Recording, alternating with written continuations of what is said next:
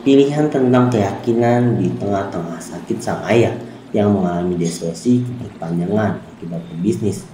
Di tengah mengalami keterpurukan, orang tua Karina tentu saja kaget melihat bahwa anak gadisnya telah menjadi mualaf.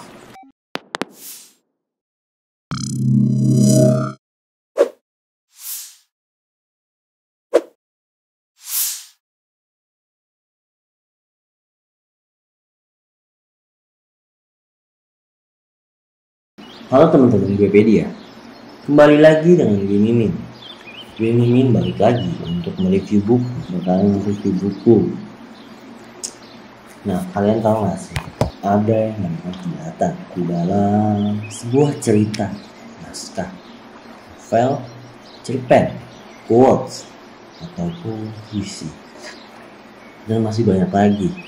Karena sebenarnya, tahu gak sih guys, ternyata ada kejahatan di balik sebuah tulisan. Tulisan ketika kita ingin menginvestasi saham, apapun itu, saham ini, saham itu. Karena ada namanya analitik, shift analitik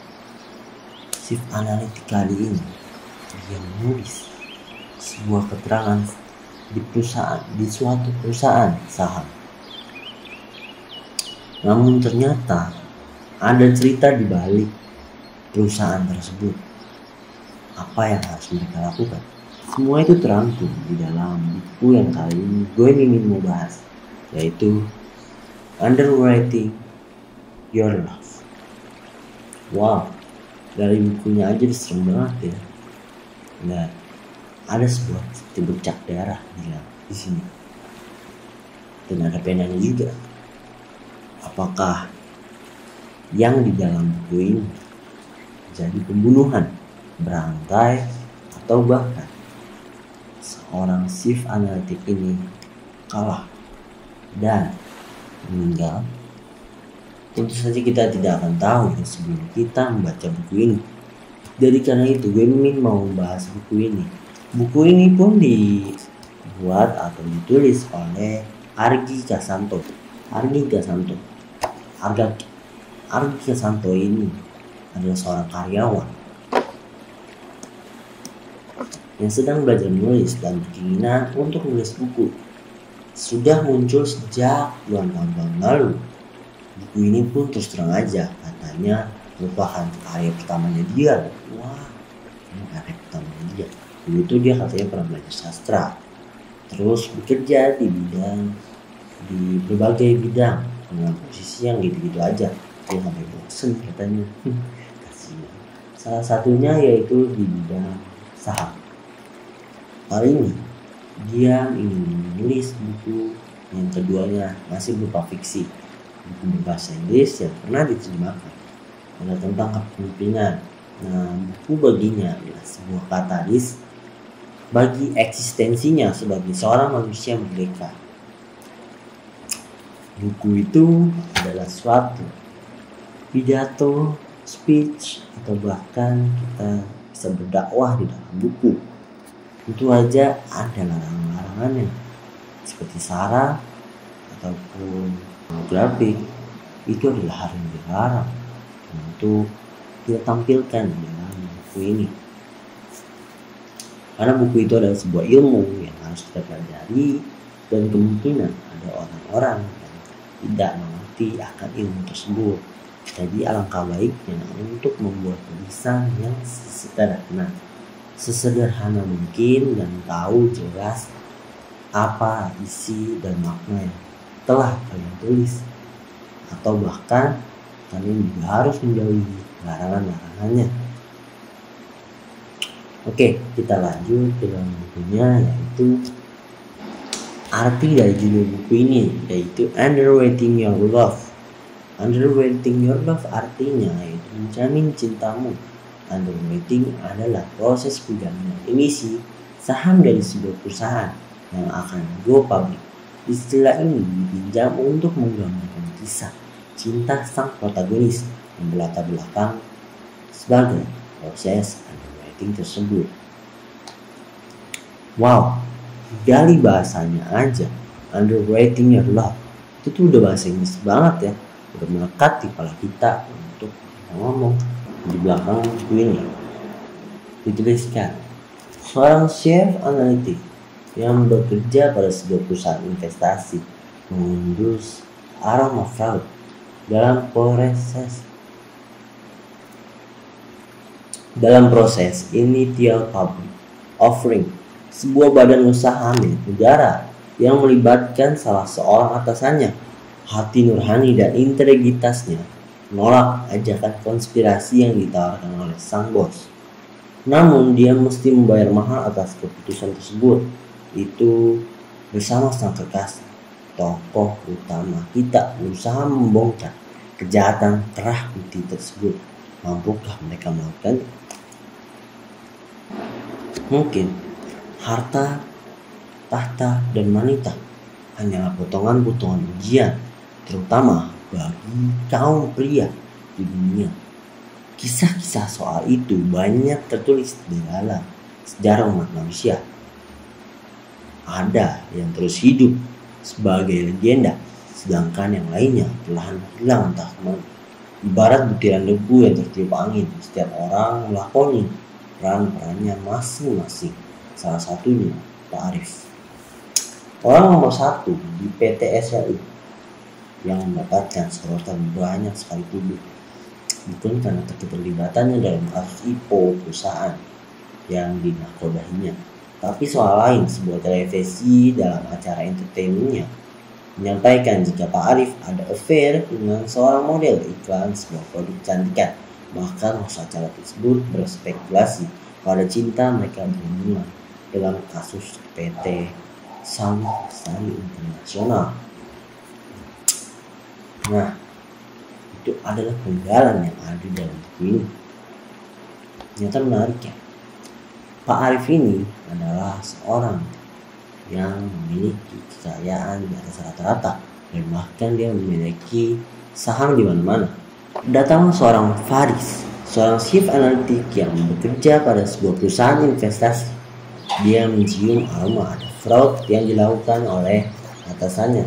Atasannya ini ya Pak Arif. Kasus ini bermula pada proses penawaran saham perdananya, yaitu PT Sawit Lestari Internasional atau disingkat SLI, sebuah badan usaha milik negara yang bergerak di dalam bidang kelapa sawit. PT RIGI, tempat Faris bekerja, adalah calon penjamin emisi atau underwriter, calon penjamin emisi atau underwriter dari BUMN tersebut.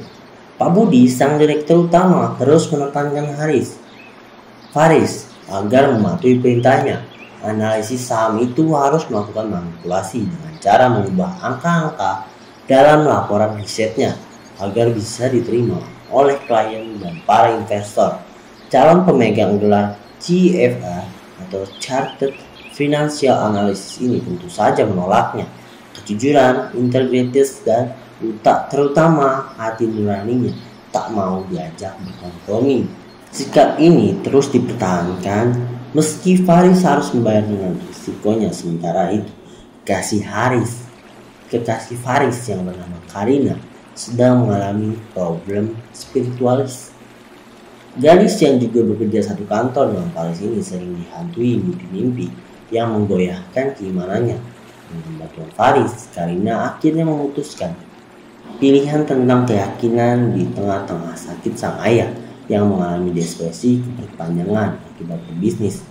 Di tengah mengalami keterpurukan, orang tua Karina tentu saja kaget melihat bahwa anak gadisnya telah menjadi mualaf, yang mengakibatkan seorang wanita yang bidang-bidang oleh si Faris ini harus dipendam keluar dari rumahnya. Dia itu akhirnya tinggal di kos-kosan sesuai prediksi Faris. Listing atau pencatatan saham PT SLI berjalan tak sesuai harapan. Banyak kalangan yang merasa dirugikan, baik emiten maupun pihak investor.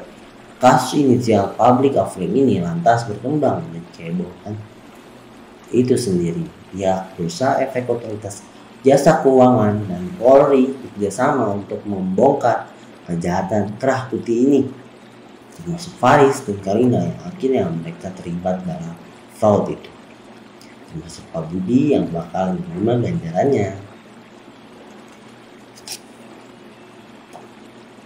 Nah, kalian tahu nggak sih guys? Jadi di dalam buku ini memiliki makna di dalamnya.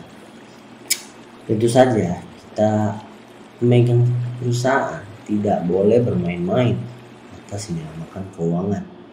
Uang itu penting, bahkan jika kalian melakukan hal tersebut, kalian sama saja dengan korupsi atau menyuap atau lainnya. Kalian tahu kan kasusnya Doni atau si itu yang ada platform-platform seperti itu. Jangan sampai ya kalian termasuk di dalamnya, karena kekayaan itu cuma fana men, nggak bakalan bisa dibawa sampai mati. Kalian cuma bisa membuatnya hanya ada di dunia ini saja, sedangkan dunia ini fana. Oh iya guys, jika kalian memiliki uang sebanyak itu, apa sih yang kalian pengen lakukan?